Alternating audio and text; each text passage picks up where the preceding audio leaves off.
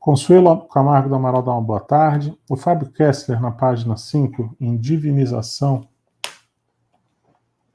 ele faz umas perguntas aí, mas vamos ler primeiro.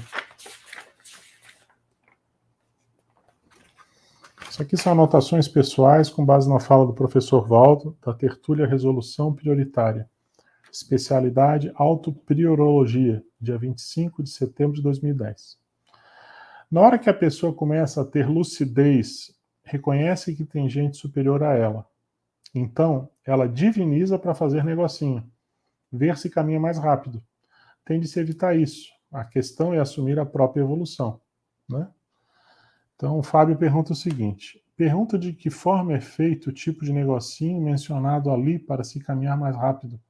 O senhor ou a professora Fernanda teria alguma casuística para compartilhar? Há muitas, ô Fábio. Isso aqui é muito mais comum do que você pensa, entendeu? Você pega, por exemplo, a sua relação com o seu amparador. O amparador, ele não gosta de ser colocado acima do assistido. Ele gosta de um trabalho mão na mão. Vamos analisar uma coisa. Você gostaria de ser tratado como um Deus, como um ser evoluído? Às vezes o assistido ele fica nessa posição em relação ao amparador, entendeu? Ele fica numa posição de menos-valia, de dependência. O amparador gosta de interdependência. Ele gosta de dar a ferramenta, a lucidez, as condições, mas para o assistido poder caminhar com as próprias pernas e formar outros assistidos, transformar outros assistidos em assistentes, entendeu? Formar outros amparadores. Então, o raciocínio é bem isso aqui mesmo. Você começa a ter lucidez.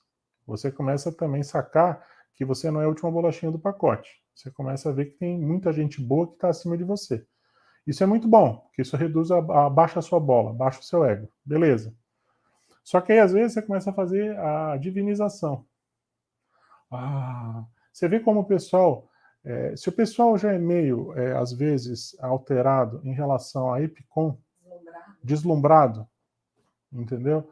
Se imagina em relação ao evoluciólogo, em relação ao serenão. Eu conheço gente que às vezes teve uma experiência extrafísica que ela nem sabe, que foi o professor Waldo que contou para ela, e às vezes a pessoa fica deslumbrada a vida inteira em função de uma experiência extrafísica que ela nem tem lucidez direito do que aconteceu, mas é porque ela está divinizando, entendeu? Às vezes é para também superfaturar o próprio passe, tem tudo isso, né?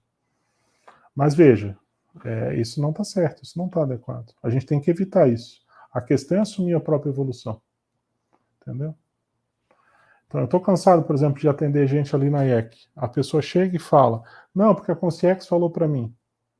Na verdade, não foi a Concierge, é porque ela foi numa dinâmica, ela foi em uma atividade, ou no ICP2, seja onde for, a Concierge falou para ela. Não, calma. Foi um Epicom que falou algo que pode ter sido inspirado por uma Concierge. Mas não é Concierge necessariamente, entendeu? E ainda assim tem que ter o senso crítico, tem que ter o discernimento. Mas é por quê? Porque a pessoa põe a Concierge, ou Epicom, ou seja quem for, num pedestal. Entendeu? Tudo isso. Mas eu não estou falando contra os Epicoms, tá? Eu acho que tem Epicom muito bom, estão fazendo assistência, está tudo certo. Mas o processo da divinização, isso não é adequado. Entendeu? Que é você se colocar num patamar abaixo. Vamos lembrar que Epicom ainda está antes do ser desperto. Não custa lembrar isso. Mas fala, Fê. Eu queria colocar que quando ele pergunta ali de que forma é feito o tipo de negocinho, eu penso que na maioria dos casos é um tipo de barganha, né? Se a gente pegar aquelas fases da morte, né, que a gente estuda, a fase da morte é quando a pessoa ela tem, por exemplo, uma doença grave e ela entra numa fase de barganha. Ela acredita que se ela fizer tudo o que disserem para ela, ela vai curar. Então, se disserem para ela tomar água com limão de manhã cedo, ela toma. Se o médico disser para ela que ela tem que caminhar 30 minutos, ela caminha. Então, eu acho que a barganha funciona nesse caso assim. A pessoa está vivendo uma dificuldade, um problema. Ela vai pedir ajuda. Aquela pessoa que a ajuda diz algo para ela, mas ela não aplica o princípio da descrença. Ela leva aquilo como fé cega, porque a divinização é isso, né? Isso. É fé cega, fé sem crítica, fé acrítica, né? E aí a pessoa aplica aquilo porque ela, na cabeça dela, faz um negocinho. Se ela fizer aquilo, ela vai sair daquela situação. É isso. E ela delega ao outro a responsabilidade, que no fundo é dela, de dar uma solução para a vida dela. Então, quando ela faz essa barganha e diviniza o outro, ela sai do paradigma consciencial, onde todo mundo é consciência, e ela descola, aquela pessoa tem uma ascendência sobre ela. E isso aí é muito complicado, né?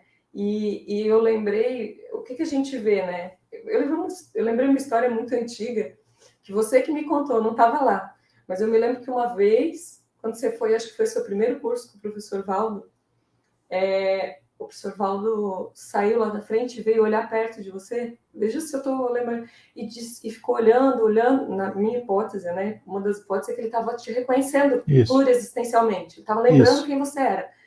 E aí, para não ficar aquele climão, ele disse, esse rapaz não parece Macaulay Culkin? Ele parece Macaulay Culkin, uma coisa assim. Isso. Né? Então, se a pessoa pegar essa informação, não vai ter nada ali. Às vezes o Epicom, ele, né, como o professor Valdo, ele está dando uma história, ele está dando um pano de fundo, porque na verdade o que está acontecendo ali é outra coisa, né? Então, a pessoa tem que cuidar muito com essas divinizações, porque às vezes a pessoa fala uma brincadeira, uma distração, ou um equívoco, e a pessoa embarca. É porque às vezes a pessoa tem um ranço, né, religioso com ela, que ela traz de outras vidas. Então, às vezes, nessa vida mesmo, ela ficou muito tempo dentro de um processo religioso. Então, ela vem para a conscienciologia, mas ela mantém aquela formatação da autopensenidade, entendeu? De, né, querer divinizar. Agora, eu achei bem interessante isso que você trouxe, né, a relação do negocinho evolutivo com uma das fases da aceitação da morte, né? Da Elizabeth Kubler-Ross. Eu lembro que eu estudei isso recentemente. Então, porque eu estava fazendo uma analogia que a conscienciologia, nessa era pós-de Soma-Waldo, ela está se transformando, como toda ciência se transforma. Então, é interessante você analisar as várias fases, né, da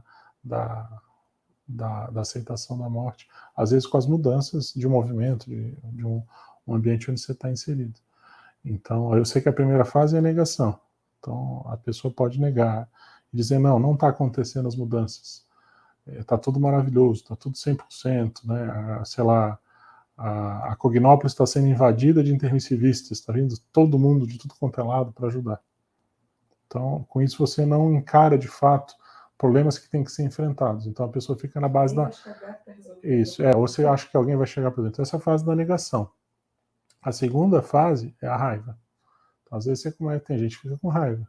Tipo assim, mas como que pode estar se transformando em algo que não é mais aquilo que eu achava que era, por exemplo?